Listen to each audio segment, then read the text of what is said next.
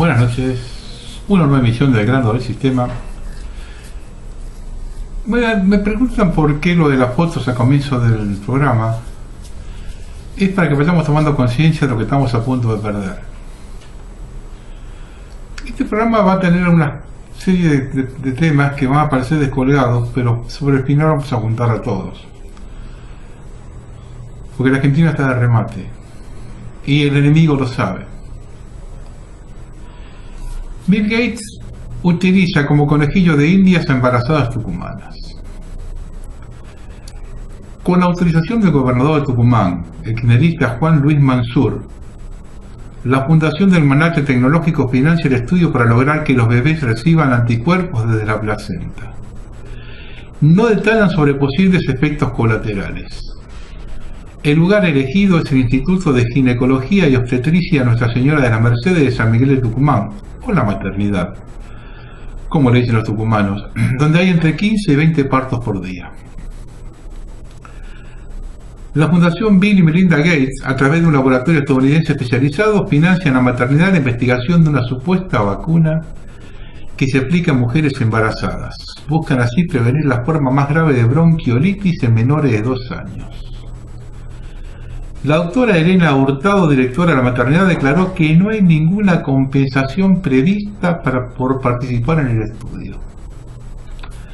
Pero lo que no dicen los médicos es que la bronquiolitis no existe en los niños que ingieren abundantes frutas y verduras, porque las fibras que contienen son protectoras de su salud. La alimentación de la madre influye en el riesgo del bebé. El consumo habitual de carbohidratos en el embarazo aumenta hasta 7 veces la posibilidad de que el niño enferme gravemente antes de los 2 años. El problema de la bronquiolitis está en el alto consumo de gaseosas, azúcares, carbohidratos, que se previene con una correcta alimentación de las mujeres, especialmente durante el embarazo. Y reemplazar esa mala alimentación por una buena con fibras no significa mucho más recursos económicos. Inocular a la madre embarazada con esta droga experimental puede traer consecuencias imprevisibles para la madre y el bebé. Recordemos que Gates es miembro del grupo Bilderberg y socio de Monsanto. Si el experimento con las embarazadas resulta mal, solo morirán madres y niños tucumanos, totalmente prescindibles por ser habitantes de un país subdesarrollado. Los argentinos debemos rechazar rotundamente estos experimentos, porque no somos conejillos de indias. Para aplicar la supuesta vacuna se prevé incluir cerca de 8.000 embarazadas. Y fíjense cómo seguimos con esto. Este es un artículo que escribió Jorgelina Iva, el glifosato. Escuchen bien. Los efectos de los agroquímicos sobre la salud humana son un tema cada vez más debatido en países con fuerte desarrollo agrícola. Es el caso de Argentina y también en Francia, donde un equipo de la Universidad de Caen, Normandía, descubrió los daños severos en riñón e hígado que producen en mamíferos el Roundup, uno de los herbicidas más utilizados del mundo. Nicolás Defarge es uno de los biólogos que formó parte de ese equipo, dirigido por el doctor Gilles Seraldini, del Instituto de Biología Aplicada de la Universidad de Caen, Normandía. Defarge, que ahora trabaja en Zúrich, participó como testigo del tribunal a Monsanto realizado en La Haya, Holanda, a mediados del año pasado. Y estuvo en Rosario para conocer de primera mano la realidad de esta zona y estrechar contactos con el equipo de salud socioambiental de la Facultad de Medicina de la Universidad Nacional de Rosario, que investiga sobre el terreno los efectos agroquímicos sobre la salud humana en el sur de Santa Fe. Y observen lo que dijo este doctor francés. Lamentablemente, Argentina es un laboratorio de Monsanto, Syngenta y otros. Acá todos los transgénicos están autorizados y por lo tanto todos los pesticidas asociados a ese modelo también, dijo el experto francés, quien detalló que las investigaciones de las cuales formó parte demuestran los efectos perturbadores endocrinólogos y tóxicos de los herbicidas con base en el glifosato. El glifosato es el herbicida más utilizado del mundo. Se usa en cultivos modificados de soja y en algunos maíces, y también se usa en Francia con trigo y otros cereales. Hoy encontramos trazas de glifosato en todas partes, en los animales, en la cerveza y en las pastas.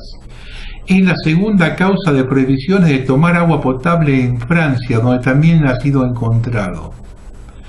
Pero por ejemplo en mi país no se busca el glifosato en el vino, a pesar de que se investiga la presencia de otros 200 tipos de pesticidas.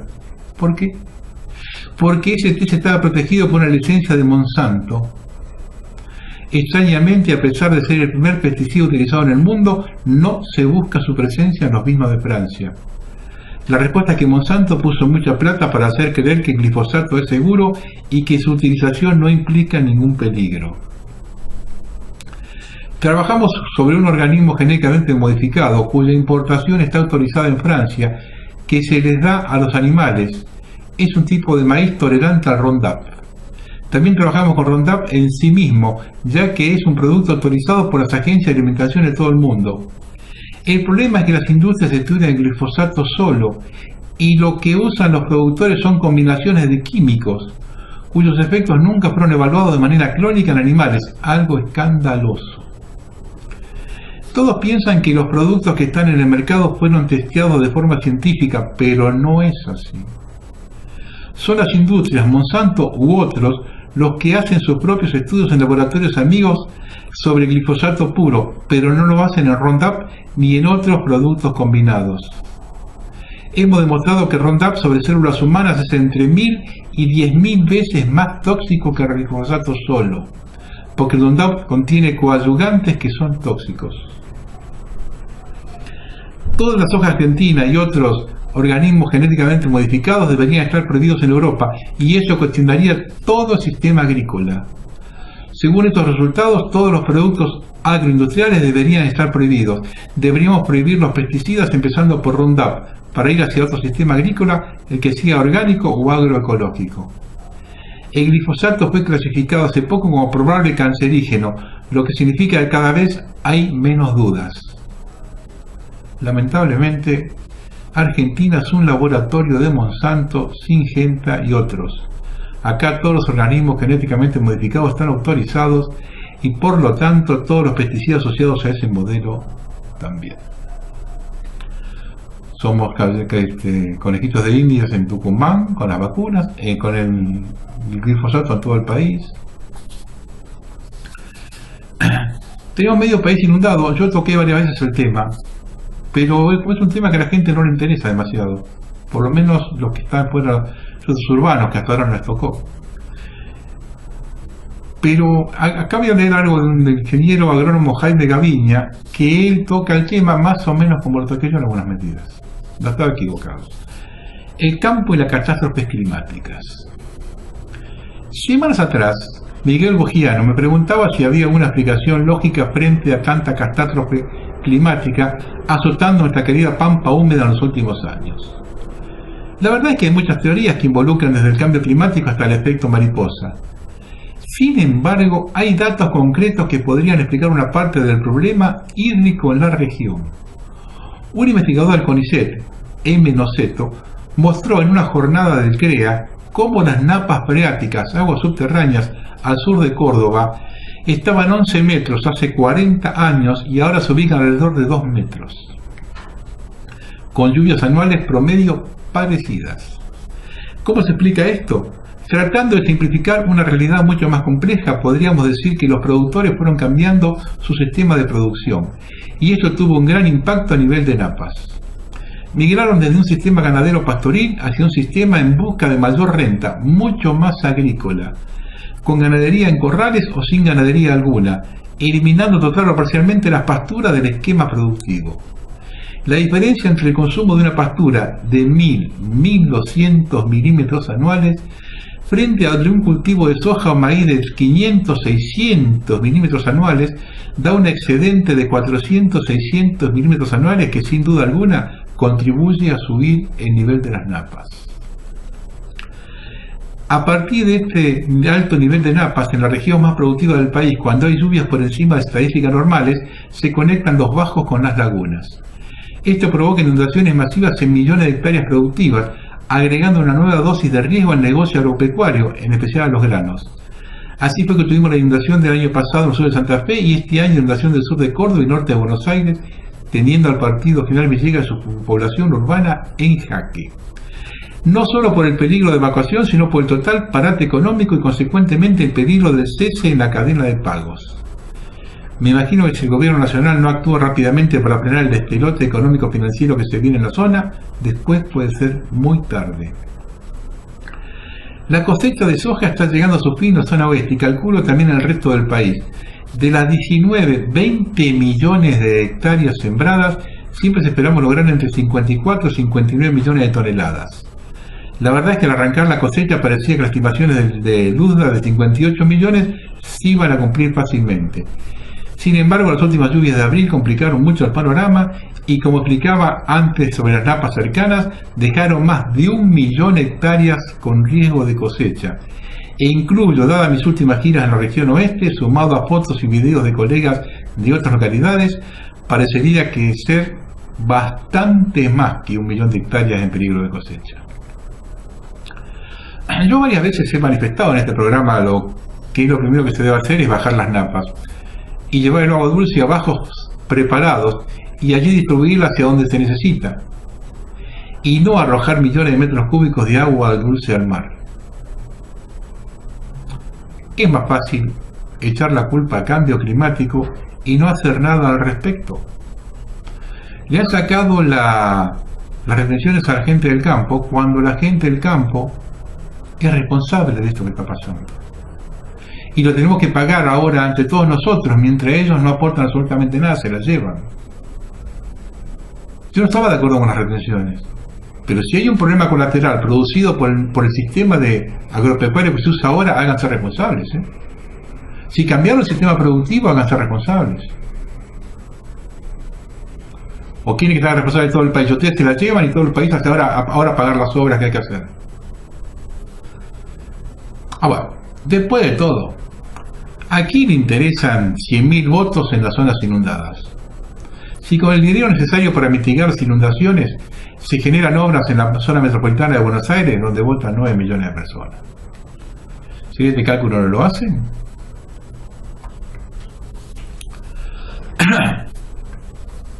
La justicia de Argentina. Esto salió en Bariloche 2000. La titular del juzgado federal de Zapala, María Silvia Domínguez, ordenó la liberación de los 2 ciudadanos paraguayos que transportaban 54 kilos de marihuana en un colectivo a larga distancia. El secretario de la Narcocriminalidad de Río Negro, Darío Díaz, informó a la mañana de Radio 6 que los jóvenes están registrados para continuar con la causa judicial. El funcionario dijo tener el mayor de los respetos a la doctora Silvia Domínguez y confió en sus decisiones, que deben estar sujetas a derecho. Sin embargo, comparto la preocupación de la gente en relación a que cómo es que los agarraron con la droga infraganti y sin embargo los dejaron libres. Pero confío en el criterio de la jueza. Por otro lado, admitió que yo estoy seguro que se consume droga en Bariloche, aunque descartó la existencia de cocina de sustancias químicas, ya que no hay registros PACO ni alistas de mosca, que estos son los residuos de las cocinas. Todos en el pueblo lo daban como un golpe al narcotráfico. Fíjense lo que hizo la jueza federal. Mientras tanto, tienen detenidos y sin derecho a 2.000 prisioneros de guerra porque pueden ser peligrosos para la sociedad. Hace unos días escuché a una militante decir que no podía permitir que su hijo viajase con un asesino. Pero posiblemente esté viajando con un narco peligroso para la sociedad, que envenena a su hijo. Pero como los medios de discusión establecen quiénes son los más peligrosos para la sociedad y a qué perro pastor debe seguir el rebaño en esta dictadura de los medios, se reacciona tal cual quiere el gran hermano. Se horrorizan y hacen marchas porque el 2x1 y nadie movió un dedo porque dejan a 2 personas que no ganaron infraganti con 54 kilos de droga. No nos quejemos de la Argentina como está, ¿eh? No nos quejemos.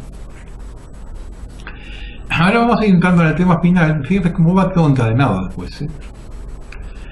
Esto lo escribió Jim Rickards. Y observen estos detalles, porque esto sí que no se habla, y menos ahora que tenemos a Macri en China, ¿eh? El esquema Ponzi de los bancos chinos. Receta para el desastre mundial. La burbuja crediticia china es una bomba de tiempo y va a explotar de manera inevitable, sin que Trump, Putin o Merkel puedan hacer algo al respecto. De más está decir que las implicancias de este estallido te afectarán a ti, a mí, a las finanzas de todo el planeta. Lo único que queda por hacer es averiguar el cuándo y el cómo va a estallar para así proteger tu patrimonio. El primer paso para dilucidar eso es ser muy claros y sinceros respecto al gigante asiático. La economía china es una estafa piramidal. Y no solo es eso, es la estafa piramidal más grande en la historia del mundo. Hasta ahora el caso más terrible de ese engaño era el de Bernie Madoff, una estafa Ponzi de 65.000 millones que sorprendió a Estados Unidos y fue récord norteamericano. Pero China se alista a ejecutar un esquema Ponzi de 9 trillones. A continuación te explico cómo funciona. China tiene una clase media de cientos de millones de personas que por asuntos culturales son muy propensas al ahorro. La filosofía confucionista valora la austeridad y sensatez financiera. Por las restricciones gubernamentales en China, la mayoría de estas personas no tiene libertad para invertir fuera del país. Por lo tanto, la mayoría de sus ahorros están en real estate, oro e inversiones locales por medio de los bancos. Los bancos chinos le ofrecen a esta clase media dos productos: un fondo mutuo que entrega retorno del 2% anual y un llamado producto de manejo de la riqueza, WMP, por sus siglas en inglés, que paga alrededor del 8%. Naturalmente, la mayoría de los chinos de clase media elige WMP y cobra su 8% anual. Pero ahí está la trampa. El gobierno y la banca han hecho creer a sus clientes que esos WMP están respaldados por el banco y el propio Estado, pero no lo están. Son simplemente inversiones inseguras y sin garantía financiera. Los WMP fueron calificadas por el expresidente del Banco de China, la estafa piramidal más grande del mundo. Aquí es donde la historia se pone peor. Los bancos chinos están usando el dinero de los WMP para realizar salvatajes a empresas públicas al borde de la bancarrota y para invertir en proyectos de desarrollo muy riesgosos que no dan ninguna garantía a los inversores. Lo más probable es que las instituciones a quienes se les presta el dinero jamás paguen de vuelta los millones. Esto quiere decir que los WMP jamás serán pagados de vuelta a sus clientes, mucho menos respaldados. Por este motivo, las campañas publicitarias de los bancos chinos se dedican casi exclusivamente a vender estos WMP a la población. Incluso el gobierno chino, mediante su Ministerio de Economía, ejecuta campañas públicas constantes para incentivar a la gente a preferir este producto financiero y así ayudar al progreso del país. Pura basura. Los bancos necesitan nuevos clientes de WMP porque con ese dinero respaldan a los clientes más antiguos. Si hoy un chino se acerca a un banco y pide su dinero de vuelta, la institución le dará su dinero, pero el cliente nunca se enterará que ese dinero viene de un nuevo WMP, que acaban de venderle a otro compatriota incauto. ¿Qué va a pasar con la banca china cuando toda la clase media de su país quiera retirar su dinero? ¿Qué va a suceder cuando el mercado se planche y la gente deje de comprar WMP? Es lo que le sucedió a Bernie Madoff y eso mismo sucederá a China. Ni siquiera su reserva de 3 trillones de dólares podrán servir de parte para una crisis que ascienda a 9 trillones. Lo que es peor, la deuda total de China, contando gobierno, banca, corporativa y local, ya alcanzó el 250% de su PBI. Y esa cifra no considera los WMP. Si incluimos este producto financiero fraudulento en la balanza, la deuda asciende al 500% del PBI de China. Es como si debieras 100.000 pesos y 100.000 dólares en tu tarjeta de crédito con un sueldo mensual de 1.500. Una receta segura para la bancarrota total. Ahora bien, la mayoría de esta deuda astronómica proviene del sector corporativo, pero a diferencia de Occidente, la mayoría de estas empresas son 100% estatales. Esto quiere decir que enfrentados a una bancarrota, la ley obliga al Estado a realizar un salvataje financiero. Aún más catastrófico, el 90% de esa deuda es en dólares. En el escenario actual, con un dólar fuerte y escaso al mismo tiempo, esa deuda se transforma en algo muy pesado de pagar para China. El problema es francamente urgente y cualquier gobierno estaría enfocado 100% en ordenar y solucionar ese terrible problema. ¿Pero qué hace China al respecto? Nada. Desde Beijing han optado por esconder este escándalo a su pueblo y hacer la vista gorda. Lamentablemente para ellos, el mal olor en la economía china está empezando a apestar demasiado, porque hay un indicador que es imposible de maquillar: el flujo de efectivo. El dinero nunca miente, se tiene o no se tiene. En el caso de China, la falta de efectivo está notándose y mucho. Así lo resume el experto en asuntos chinos de Epoch Times, Valentin Schmidt. Las grandes firmas chinas están a solo meses de irse a la bancarrota, al menos de que consigan un préstamo enorme y un crecimiento casi imposible. De hecho, desde noviembre, 3 compañías chinas han entrado en default por $3.000 millones, y se espera que otras 3 hagan lo mismo en 2017. Por supuesto, los más optimistas siempre caen en la falacia del tamaño. China es tan grande que puede impulsar su crecimiento y salir de la deuda. Es cierto, la envergadura de su economía ha salvado a China en el pasado, pero esta vez no será suficiente. Los analistas geopolíticos en Stratford lo explican de la siguiente manera: ya es difícil crecer a más del 10% cuando eres la segunda economía más grande del mundo. Además, debemos considerar que el crecimiento meteórico de China a principios del siglo XXI ocurrió en un contexto económico totalmente diferente en el mundo. Estados Unidos aún en control, Europa sin crisis, conflicto mundial pacífico, amenaza terrorista casi inexistente, etc. Hoy en día el mundo entero está en deuda y la corriente político-económica está virando nuevamente al proteccionismo, lo cual dejaría a China sola junto a su problema. China está ante un monstruo aterrador: deuda impagable, crecimiento debilitado y un dólar fuerte que convierte a su deuda en una losa todavía más pesada. La única solución factible para minorar el impacto de la explosión de la burbuja china es que el gobierno use su reserva para salvar a la banca y a las grandes empresas por completo y empezar de cero a reconstruir su economía, esta vez limpiamente. El problema es que el dinero no alcanzaría para salvar a todos los chinos que, engañados por sus propias autoridades, cayeron en la estafa piramidal de los WMP.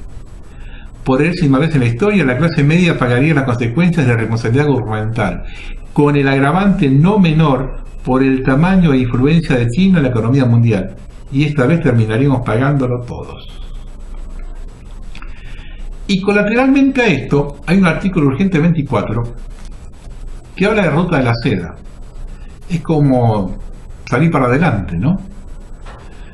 Los camellos y caravanas que transportaban especies desde hace cientos de años podrían ser reemplazados por una red de rutas comerciales modernas por más de 1 billón. Esto incluye nuevas rutas, trenes de alta velocidad, centrales eléctricas, conductos, puertos, aeropuertos y lazos de telecomunicaciones que impulsarían el comercio entre China y 60 países en Asia, Europa, el Medio Oriente y África del Norte. Esto forma parte del plan del líder chino Xi Jinping para seguir ganando influencia en el mundo y recibe el nombre de Iniciativa del Cinturón y la Ruta. Los analistas creen que el proyecto, 11 veces más grande que el Plan Marshall, cambiaría el eje de la economía global y presentaría un desafío al orden mundial actual liderado por Estados Unidos. Si le sale bien, la ruta de la seda china presenta una oportunidad única para el mundo, mejoraría las condiciones de vida en países de desarrollo, integraría economías bajo el liderazgo chino y podría hasta terminar apaciguando conflictos. La contracara de esto, argumentan sus detractores, es que los países en desarrollo en cuestión podrían quedar endeudados de tal manera que se hundirían aún más en el estancamiento y la pobreza. Los que se oponen al proyecto dicen que es un intento chino para ganar influencias en los países de desarrollo, que pierden el control de infraestructura clave, como puertos, y caen en deudas demasiado pesadas. Argumentan que el programa está simplemente diseñado para generar trabajo para las constructoras chinas paradas. Mauricio Macri, además de participar de ese foro, en el que mucho para decir no tendrá, ya que Argentina queda demasiado lejos de la proyectada nueva ruta de la seda, se reunirá durante su visita con su par Jinping y tendrá reuniones con empresarios en busca de inversiones. Y a prepararse. A prepararse. Conecto a esto, porque estamos hablando de deuda que está tomando Macri, hay un artículo que escribió Michael Kremer y se llama Hatchachandran, la deuda ociosa, y escuchen con atención lo que dicen estas dos personas. Muchos países en desarrollo cargan con deudas incurridas por gobernantes que se endeudaron sin el consentimiento del pueblo y usaron los fondos para reprimirlo o en beneficio personal. Nos parece que se justificaría un nuevo enfoque para evitar que los dictadores se endeuden, saqueen y traspasen la deuda a la población.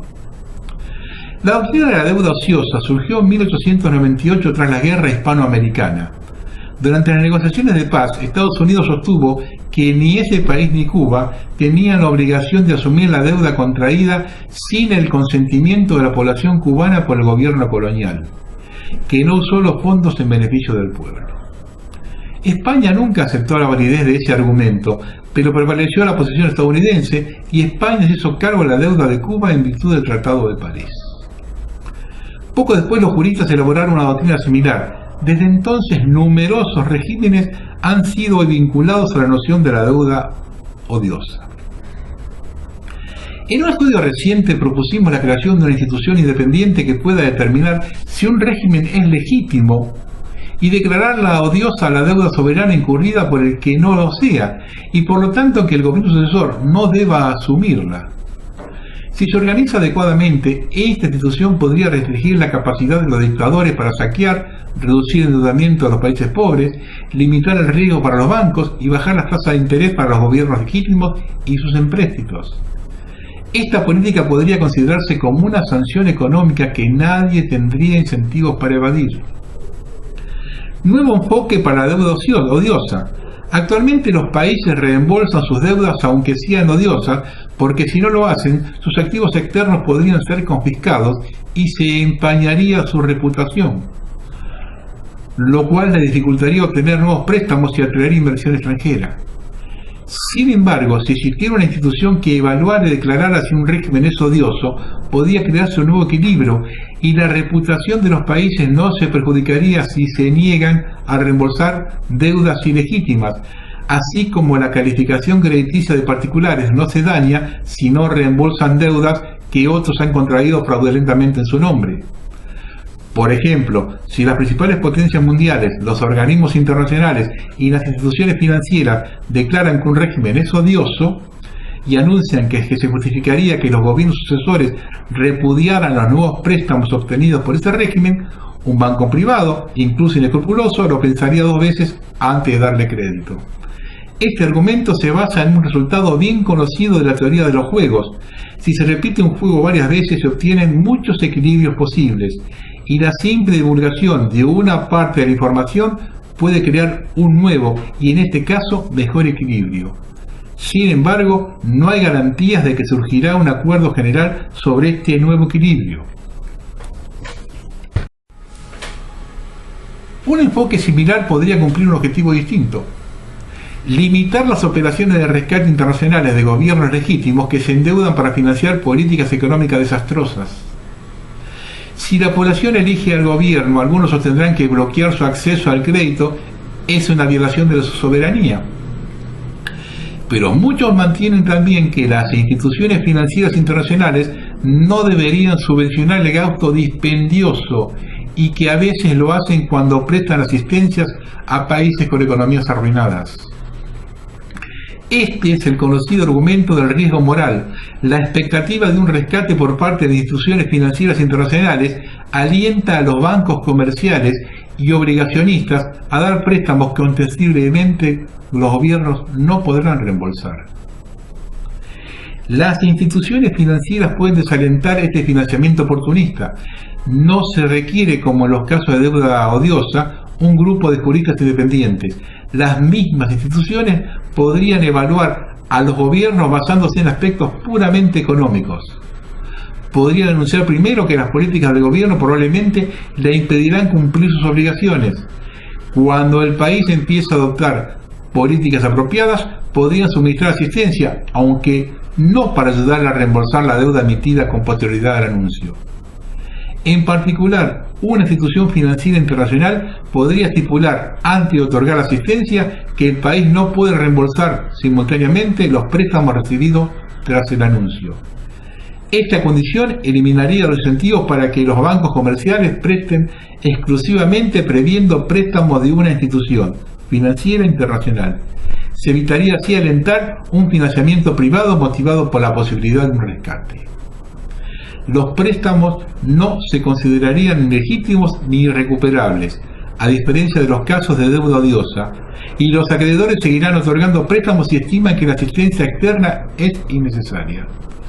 Con este enfoque, las instituciones financieras internacionales seguirán estando en condiciones de asistir a los países que aplican políticas apropiadas, pero que no tienen suerte al hacerlo, sin sacar del apuro a los acreedores que otorgan financiamiento oportunista a países que aplican políticas riesgosas.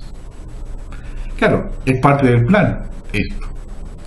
Hacer préstamos a países que no pueden pagar, más que está completamente endeudando al país en algo que no se va a poder pagar. Ningún país en su sano juicio puede tomar 70 o 80 mil millones de dólares de deuda en un año. Eso lo hace únicamente un irresponsable. Entonces, si un irresponsable, un gobierno que viene atrás dice, no, pues yo no puedo hacerme cargo de una deuda que es un irresponsable. Un irresponsable no puede endeudar en un país en 80 mil millones de dólares en un año, un país. Es un irresponsable, entonces el que viene atrás puede decir, no, yo no puedo hacerme cargo de una cosa hecha un irresponsable. Y los que le dieron ese crédito sabían que estaban dando un crédito que era una locura. Usted fíjese lo que viene ahora. Esto lo escribió Héctor Giuliano, que de deuda externa sabe un rato. Debe ser la persona que más sabe de deuda externa en Argentina. Atraso cambiario para pagar deuda externa. El gobierno de Mauricio Macri mantiene un atraso cambiario como uno de los requisitos de su política de gobernar con deuda, externa e interna, que en su mayoría está tomada en moneda extranjera. Esto le permite comprar más dólares con la recaudación fiscal en pesos, lo que sirve como garantía de pago a los acreedores del Estado ante sumas crecientes de intereses por el nuevo macroendeudamiento público en curso y la contracción de nuevas obligaciones. Esta política de retraso cambiario tiene tres efectos primarios. Favorece abiertamente el negocio de los capitales especulativos, que lucran con el arbitraje entre tipo de cambio estable y atraso combinado con altas tasas de interés locales. En criollo, bicicleta. Frena el estímulo de las inversiones extranjeras directas y de las inversiones productivas en general, debido a la menor rentabilidad de las mismas frente a las alternativas de inversiones financieras autónomas. Y afecta en forma directa la competitividad de nuestras exportaciones y favorece el aumento de las importaciones por acción de un tipo de cambio que actúa en la práctica como subsidio de las compras provenientes del extranjero, así como del turismo internacional emisivo. Y esto es un punto clave. Cuando Macri dice, terminaron los subsidios, señores, este tipo de cambio bajo está subsidiando las importaciones. Pues sacate la careta, Mauricio. Terminaste con unos subsidios, entonces empiezas con otros. Está subsidiando las importaciones con este tipo de cambio. Tal política vigente del retraso de cambio, del tipo de cambio, tiene una especial implicancia desde el punto de vista práctico y conceptual en la distorsión del verdadero rol del comercio internacional. ¿Para qué existe el comercio exterior de un país y cuál es su papel en el desarrollo de la economía nacional? Sigamos una secuencia lógica de razonamiento para responder a esta pregunta central. Salvo rarísimas excepciones, ningún Estado posee autarquía completa en materia de recursos como para no tener necesidades de importar materia prima, insumos y bienes de capital. O bien puede disponer de los mismos por un costo tan elevado y poco rentable que le conviene más importarlos. Para poder efectuar esas compras el país necesita divisas. Para poder conseguir tales divisas el país necesita exportar.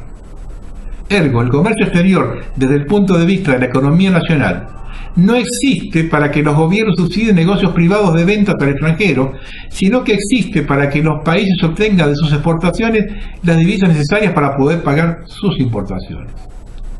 De allí la necesidad de que el comercio exterior esté equilibrado, dado que si las exportaciones exceden el nivel compensatorio necesario a las importaciones, habrá tendencia a la apreciación cambiaria local. Peso más fuerte por mayor entrada de divisas. Y si en cambio las importaciones superan las exportaciones, se verificará la tendencia inversa, devaluación o depreciación de la moneda local. Esta es la forma en que el comercio exterior influye en el mercado cambiario y monetario de los países, aunque ciertamente no es el único factor de influencia en los complejos ámbitos de la economía y las finanzas modernas.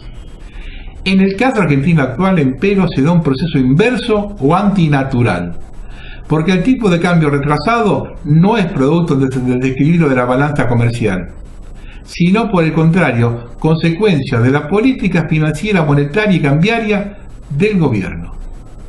Porque el tipo de cambio es aquí la resultante de pautas fijadas por el Banco Central, en función de las necesidades financieras de pago de los servicios de la deuda externa, y no de las necesidades económicas de crecimiento de la economía nacional. Ya que el Banco Central mantiene un alto nivel de tasas de interés que atrae capitales especulativos o golondrina que entran para lucrar con la diferencial entre tasas locales e internacionales. Al darse la irrupción combinada de estos capitales financieros y de la nueva deuda externa fuertemente creciente, suben en forma artificial las reservas internacionales del Banco Central, que no son propias del banco, sino que se sostienen fundamentalmente con deuda. Y con ello se produce una apreciación del peso argentino. Siendo que este proceso de típica naturaleza financiero-cambiaria se contrapone a la lógica natural y perjudica el funcionamiento normal del comercio externo y de la economía doméstica. Puesto que como derivado de esta sobrevaluación inducida de la moneda local, se genera y potencia el desequilibrio negativo de la balanza comercial, con la consiguiente afectación de la economía física o real en materia de actividad y empleo. Dicho con otras palabras, que el desequilibrio y distorsiones en el comercio exterior argentino no son producto de un funcionamiento anormal del mercado comercial, sino consecuencia de la política cambiaria del gobierno. Y que el actual esquema de retraso cambiario que provoca este desequilibrio externo es consustancial a la necesidad de la política de endeudamiento deliberada e institucional del Estado. Es la forma clásica en que el sistema de la deuda se transforma en obstáculo del desarrollo de la economía nacional. Mauricio, te lo están diciendo a todos lados, ¿eh? Pero ellos necesitan seguir con esto, porque para eso lo pusieron, para poner en marcha este plan. Entonces, hay que pegar, ahora vienen las elecciones, y necesita hacer una buena campaña a las elecciones, porque si hace una buena campaña, y una buena campaña no es ganar, Una buena campaña es sacar el 40% de los votos, y con semejante cosa que están haciendo, sacan el 40%, agárrense porque en el segundo trimestre después de las elecciones, vamos a llorar el campito, porque se va a ir todo, ¿sabes? Todos los ajustes que están frenando ahora van a venir después, está anunciado esto. Pero ellos necesitan ganar las elecciones. Y para ellos, acá hay un artículo que escribió Andrés Fidanza, millones para ampliar el ejército de trolls. Para eso hay plata, Para atender las inundaciones no hay plata, pero para esto sí. El gobierno quiere racionalizar su estrategia comunicacional de redes. A diferencia de la campaña presidencial de 2015, centrada en la figura de Mauricio Macri, ahora el oficialismo convive con distintas realidades, dificultades y liderazgos provinciales. Ante este programa tan desigual, Marcos Peña apuesta a explotar su know-how 2.0 a cada provincia y a cada municipio. Esa decisión del jefe de gabinete ya se tradujo en una movida interna bastante audaz. El subsecretario de Vínculos Ciudadanos, Guillermo Riera, pasó a coordinar el pulso de la campaña nacional. Si bien su renuncia se formalizó el martes pasado, la jugada estaba planeada desde hacía meses.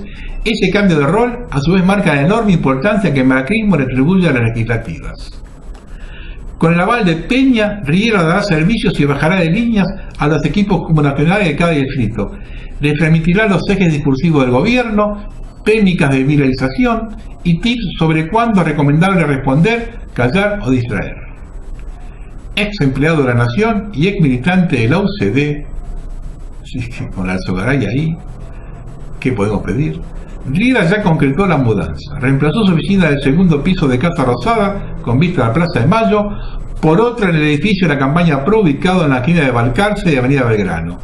Al igual que en la previa a la presidencial 2015, el segundo piso de esta sede operativa tiene una función específica: militar la guerrilla de Twitter, Facebook, Snapchat, YouTube, Instagram y Taringa. Un nuevo pelotón. Con este objetivo, Riera sumará a un pelotón de casi 30 jóvenes, otros 30 jóvenes, porque los actuales empleados de la Secretaría de Vínculos Ciudadanos, dedicados a difundir acciones de gobierno y medir el clima en las redes, mantendrán sus puestos. Las instalaciones de Balcarce ya están listas. Hay escritorios, computadoras, armadones PUC y hasta una mesa de ping-pong para moverse a la distensión. Entre los macristas sub-30. La principal diferencia respecto a la elección 2015 es que ahora Macri no podrá diluir los matices de cada provincia y municipio. Sin un candidato que nacionalice la campaña, el team de Riera buscará ordenar las interlocuciones, poniendo a todos los actores de Cambiemos en sintonía con el speech de la Casa Rosada. Esto incluye alentar la comunicación directa por encima de las notas con los medios locales más tradicionales. Y a que no saben de dónde van a salir los fondos, ¿no? Porque esto lo pagamos nosotros. Los que no votan también lo van a pagar. Esto era como el fútbol para todos, ¿no? Que lo pagamos entre todos y había gente que no le interesaba el fútbol, pero tenía que pagar igual. Esto es lo mismo. Gente, usted no lo va a votar a Macri, pero va a tener que pagar la campaña de Macri. Porque sale del gobierno, señor. Sale de los fondos del gobierno. ¿O usted cree que a este tipo y a los 30 le van a pagar? ¿Quién le paga a este sueldo ahí? Pero Mauricio da señales. Da señales. El presidente Mauricio Macri recibió este martes en la Casa Rosada a las principales autoridades de la BACK-Bright, la Organización Judía de Defensa de los Derechos Humanos, institución social que tiene presencia en 54 países. El presidente Macri recibió como un obsequio un ejemplar del libro Lincoln y los judíos, escrito por Jonathan Sarna y Benjamin Schnappel. La organización expandió programas de educación judía adulta para responder a las necesidades vinculadas a la tradición, la cultura y la enseñanza del pueblo judío. Hoy BACK-Bright es una organización activa de la Organización de Naciones Unidas, en el Consejo de Derechos Humanos, de Derechos de Relación, con sede de Ginebra y en la OEA, y está presente en 54 países. Vamos explicando qué hacemos. Este tema de Odebrecht es algo que en todo el país, en todo el mundo, en todo el continente, pega fuerte, menos acá. La Argentina es un país al margen de todo, al margen de todo. Acá nosotros estamos inmunes a todo. El titular de la Agencia Federal de Investigación de Inteligencia Argentina, Gustavo Rivas, ha quedado en una situación comprometida a raíz de las declaraciones que hizo el jueves el gimnasista Leonardo Meireles, uno de los arrepentidos clave en las causas Lava Jato. Meireles, a través de videoconferencia, reveló haber transferido en 2013 a Rivas cerca de $850.000 en supuestos sobornos otorgados por la gigante constructora brasileña, que también ha salpicado a otras personas del círculo muy íntimo del presidente Macri.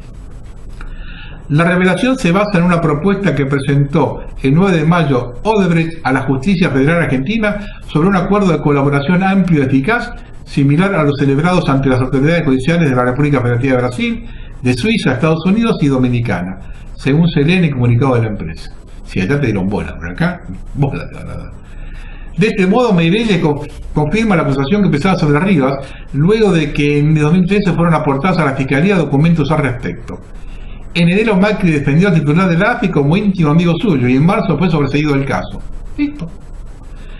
Además de personas del entorno más próximo a Macri, como su primo Álvaro Calcaterra, que fue denunciado ante la justicia por coimas de Odebrecht. El propio presidente argentino recibió $500.000 de la constructora brasileña para financiar su campaña electoral en 2015. Pero no, acá no. Gratis lo hizo. Esa donación para la causa, por la causa, ¿no? Odebrecht es del palo de Macri, por el palo lo hizo. La empresa brasileña Odebrecht ofreció a la justicia argentina revelar la identidad y paradero de los autores de delitos vinculados al pago o cobro de sobornos. Por escrito, la filial argentina pidió la celebración de un acuerdo de cooperación en el marco de la ley conocida como delación premiada, a cambio de menores penas para los responsables de los hechos de corrupción. Ayer, el brasileño Leonardo Meireles aseguró ante los fiscales Delgado y Rodríguez que el titular de la AFI y amigo personal de Macri, Gustavo Rivas, cobró sobornos por $850.000. La oferta de Odebrecht consiste en revelar la identidad o paradero de autores, coautores, instigadores o partícipes de estos hechos investigados o de otros conexos, así como averiguar el destino de los instrumentos, bienes efectos, productos o ganancias del delito, a cambio de penas menos graves para los responsables del delito de corrupción. La empresa brasileña celebró en Brasil un acuerdo similar en el marco de la mega causa conocida como Lava Jato y asumió el compromiso de intentar celebrar acuerdos similares en los países en que se cometieron esos delitos. Los datos e información a aportar contribuirán a esclarecer el hecho, objeto de investigación u otros conexos, revelar la identidad o el paradero de autores, coautores, partícipes. Sí, pero en Argentina, ¿interesa eso? En Dominicana, en Estados Unidos, en Suiza puede interesar revelar datos de culpables. ¿Interesa en la Argentina eso? Porque acá la cosa de arriba la cerraron en un segundo. Hay causas en Argentina que hace 15 años la están desarrollando. Y esa de arriba la cerraron en 3 meses, 4 meses. El fiscal delegado pidió a la Procuradora General de la Nación, Alejandra Gil Carbó, que emita instrucciones para coordinar la actuación del Ministerio Público Fiscal en base a esta oferta gigante de la Constitución brasileña. Debido a que hay muchas causas de fiscalía en el tema, explicaron fuentes judiciales. El operador de ODB se explicó que participó en unas 4.000 operaciones de soborno relacionadas con obras de esta constructora y de UASA. Una de esas obras es el soterramiento del Ferrocarril Sarmiento, en la que también intervino IEXA de Ángelo Cacaterra. Bueno, de Ángelo Cacaterra, digamos, primo de Macri.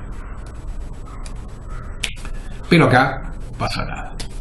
Vamos a terminar con esto, amigos. A mí me sube la presión, yo estoy con unas cuantas pastillas, a mí este tipo ya. Analizando lo que manifesté en el programa anterior, en este programa, no queda menor duda, no solo que el rumbo elegido sería incorrecto, sino que nos lleva a un callejón sin salida y una dependencia mucho mayor que los tratados de coloniaje firmados anteriormente por nuestros gobernantes.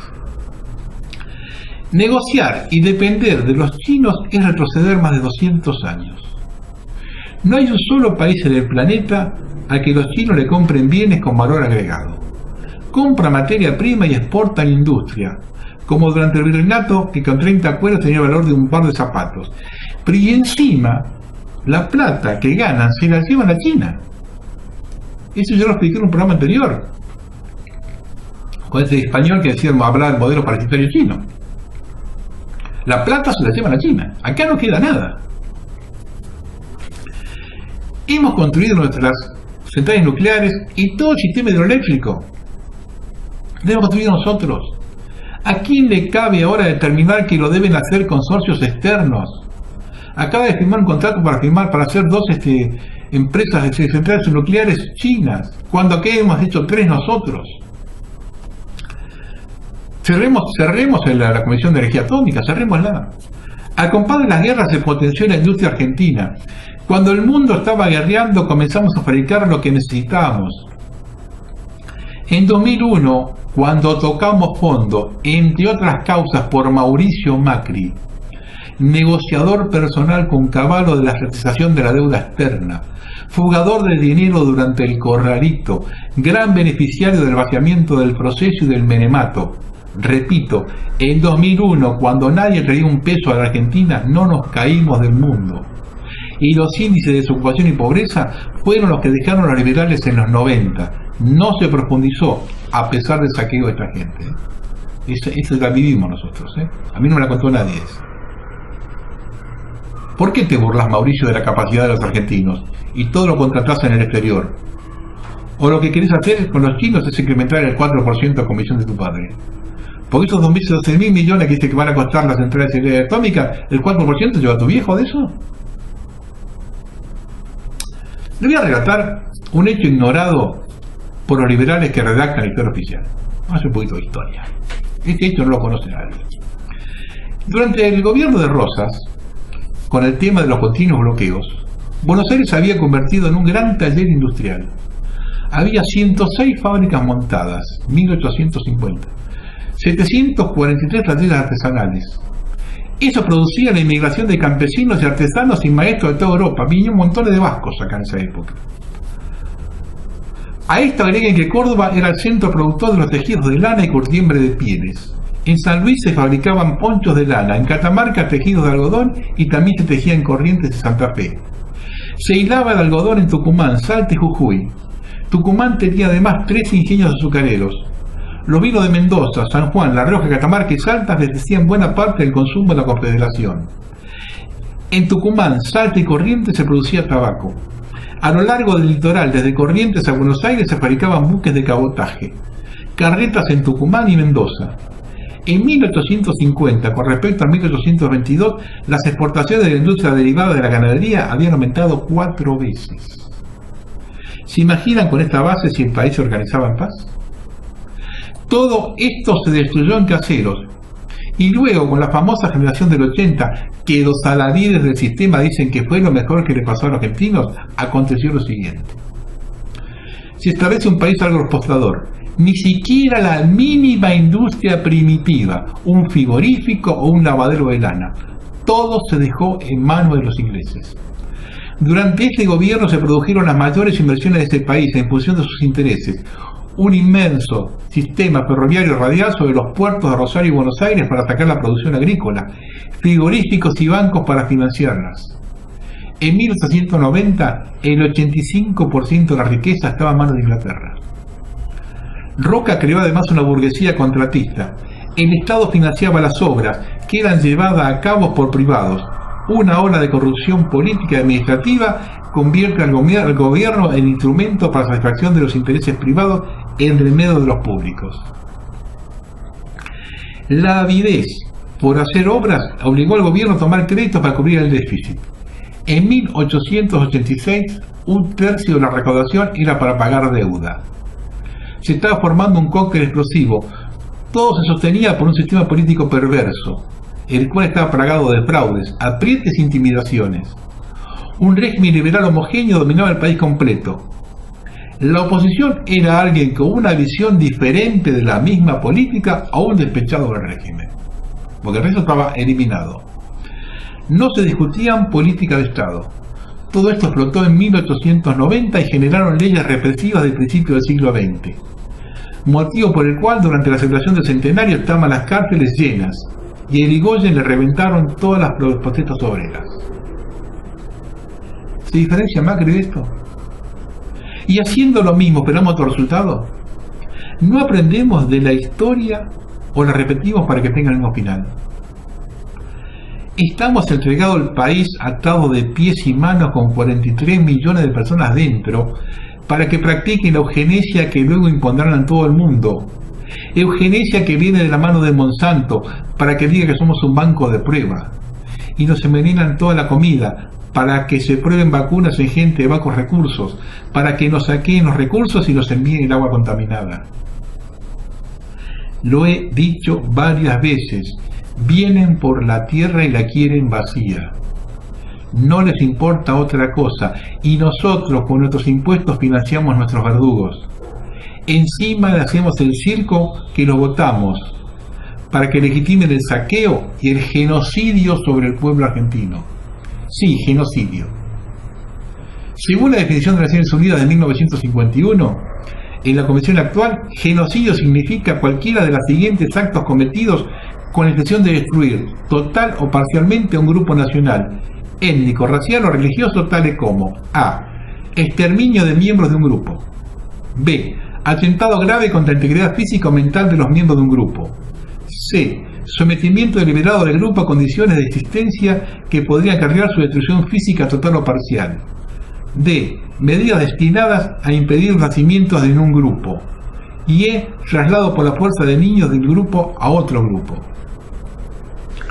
Esto cabe perfectamente desde la implantación del presente plan económico implementado por Martínez Dios en el gobierno militar de 1976 y continuó hasta la fecha por todos los gobiernos posteriores civiles, sin excepción.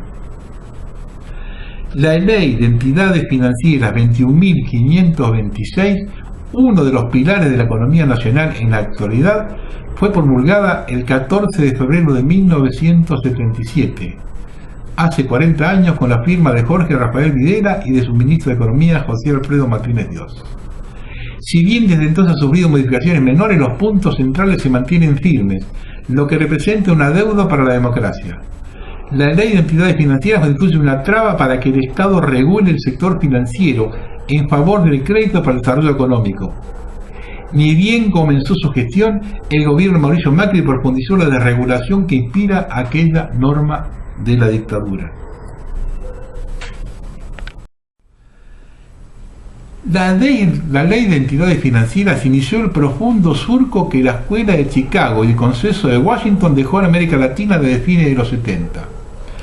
En nombre del libre mercado se liberalizó la tasa de interés y flexibilizó la apertura de nuevas entidades financieras, con el expreso objetivo de que las tasas alcanzaran valores reales positivos y elevados, lo cual es letal para la industria, sobre todo para las pymes. Tal filosofía toma el crédito como un bien de mercado plausible de ser determinado por un precio de mercado, cuando en realidad se trata de un bien público, tanto porque se nutre con la agregación del ahorro de los ciudadanos, como porque su uso repercute en la economía de toda la población. A partir de 1977, los bancos son cada vez más concentrados y dirigen sus créditos a grandes empresas, muchas de ellas extranjeras, o a las actividades más lucrativas en el corto plazo, las cuales suelen ser créditos personales y demás líneas para el consumo.